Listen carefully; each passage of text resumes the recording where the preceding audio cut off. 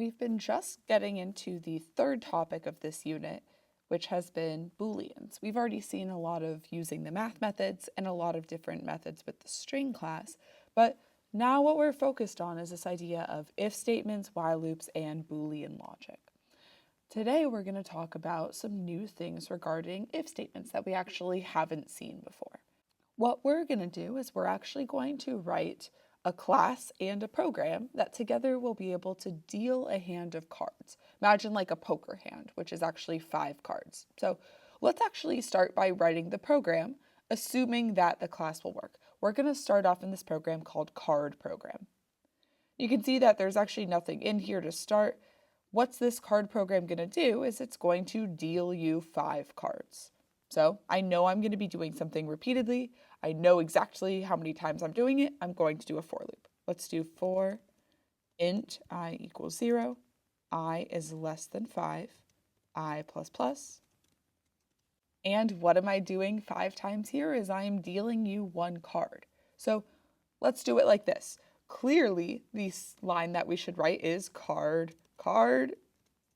equals new card. That's not confusing at all. What this is doing is it's creating a variable called card. And what type is card? It's a card. Card is going to be the class that we're going to write. Now, what information does a card need to know? What does a playing card have? I think it has a suit, right, which is hearts, spades, diamonds, clubs. And it has a rank. Rank could be like ace, 2, 3, 4, yada yada, up through jack, queen, king. So how do I choose what suit and what rank this card should be? Because hypothetically, the constructor would probably take in that information. Well, let's go up here. Let's actually choose that randomly. And in this program, we're going to say that both the rank and the suit are just going to be a number. So I'm just going to do a random number. How many suits are there in a playing deck? There should be 4 different suits. So I think the suit should be a random number from 0 to 3, including 4 different possibilities. So let's do int math.random times 4. And let's do a similar thing for int rank. How many ranks are there? Is actually 13. That makes for 52 total playing cards in a deck. There we go. We're not including jokers in that. And we're going to do rank, comma, suit. And right now this won't work. We're going to make this work in just a second when we work on the card class. Let's do one more thing. Hypothetically, if I ran this right now, I wouldn't see anything in my console. So I want to see what cards I've been dealt. Let's do println card.toString. And this toString method is going to give us, like I said, the string representation of a card. What is that going to look like? Well, normally when you have playing cards, the way that you say which card you have is saying the rank, then the word of, then the suit. Like you could say ace of spades or 3 of diamonds or something like that. That's what card.toString is going to do. Now, this will not compile, and that's because we have to actually write the card class. If you go back to Boolean examples over here, you can see that the card class is actually just chilling up over here. But if you open it up, you'll notice we have nothing in it.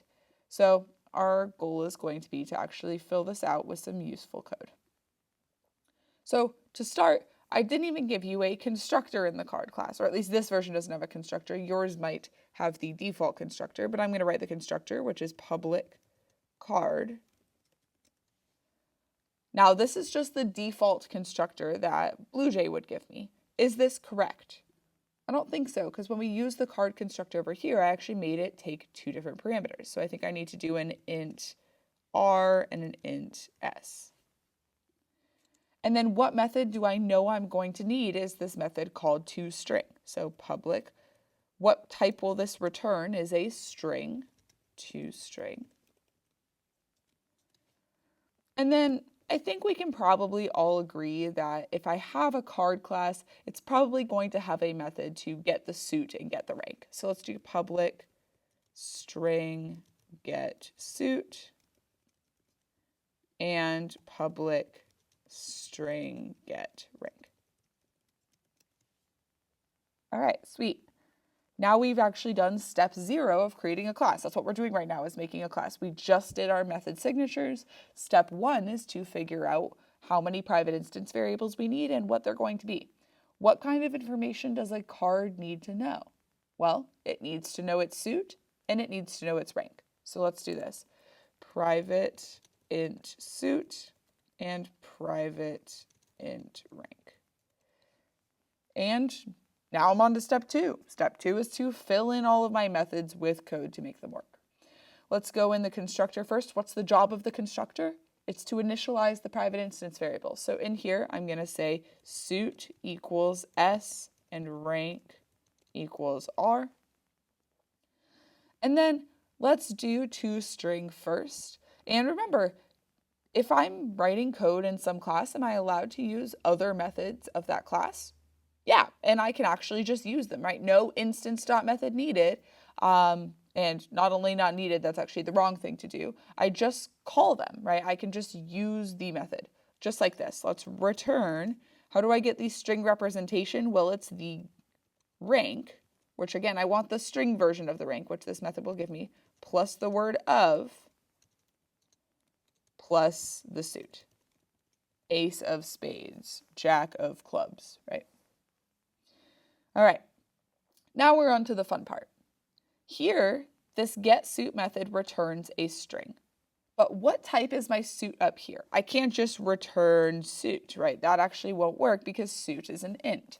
So what do I need to do? I need some code in here that actually says, hey, when suit is 0, what suit should that be? And when suit is 1, what suit should that be? Etc., etc. So I think I'm going to have a bunch of if statements here. So let's do this. If suit equals 0, let's return, I don't know, hearts.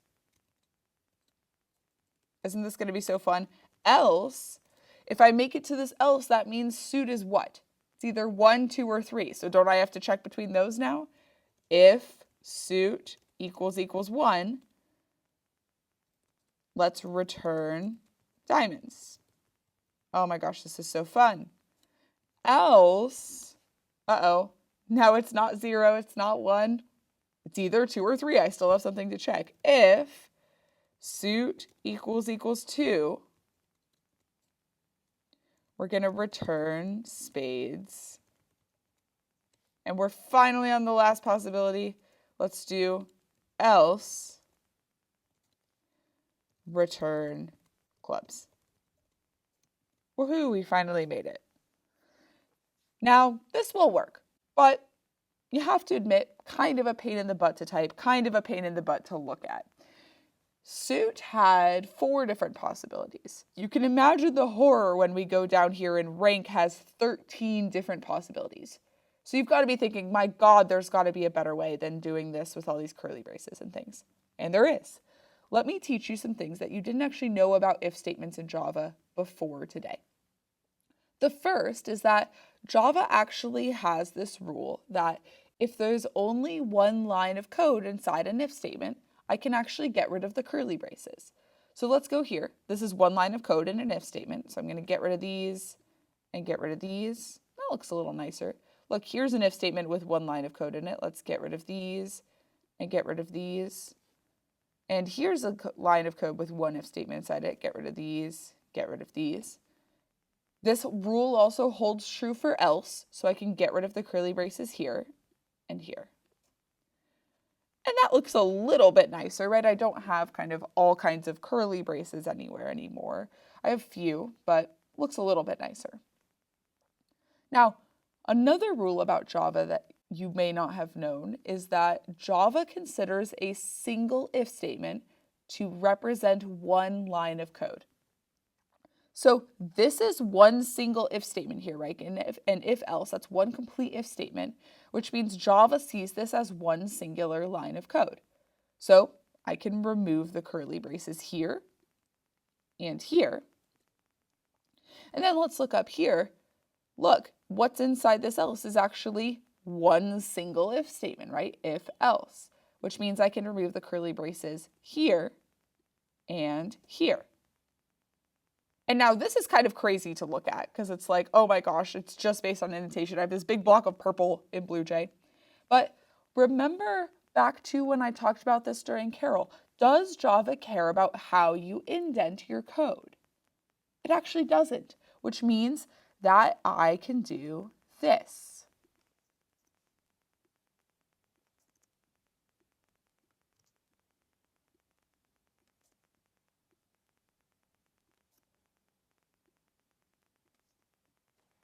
So some of you in classes before this have seen this idea of an else if.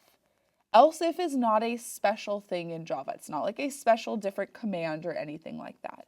Else if is just me exploiting the fact that Java considers an if statement to be one line of code, and I can get rid of the curly braces if there's only one line of code in my if statement.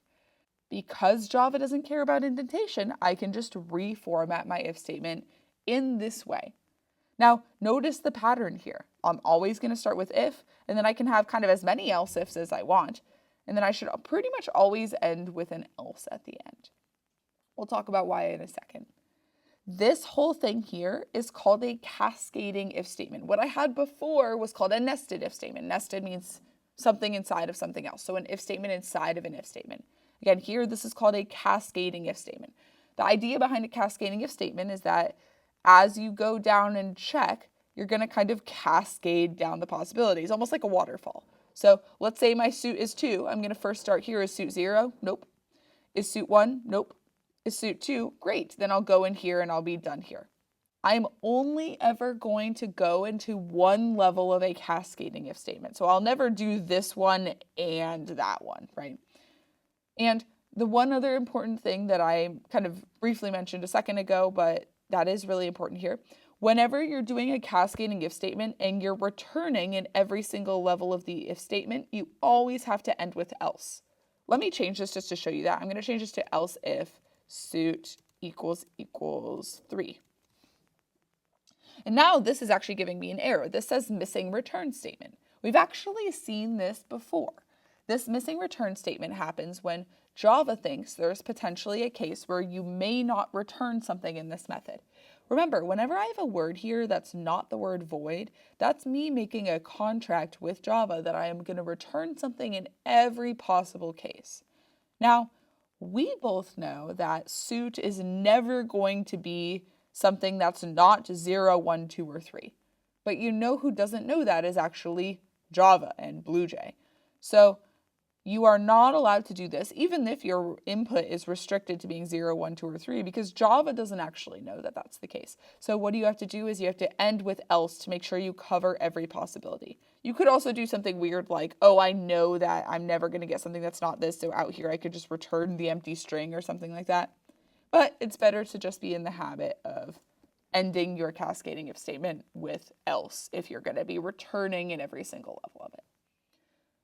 All right, cascading if statement. This is new information. So now when we do get rank, I don't have to do this crazy nested if statement. I will have to write out 13 possibilities in a cascading if statement, which honestly, I don't know, is maybe not that much better. But let's do this. If rank equals 0, let's return ace. This is going to be so fun. I am not fast at typing. I might speed this up in the video, so if you see it go super fast for a second, don't mind me.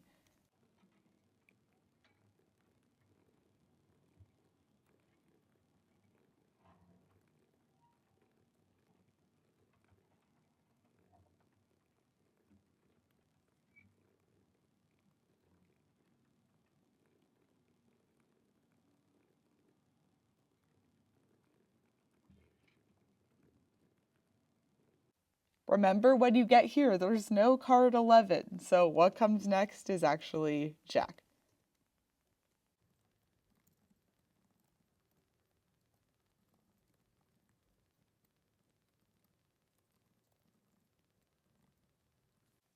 And the last thing to remember what I just said. Should I end this with else if rank equals 12? No, I have to end with else return king. Otherwise, I'm going to get that error, that missing return statement.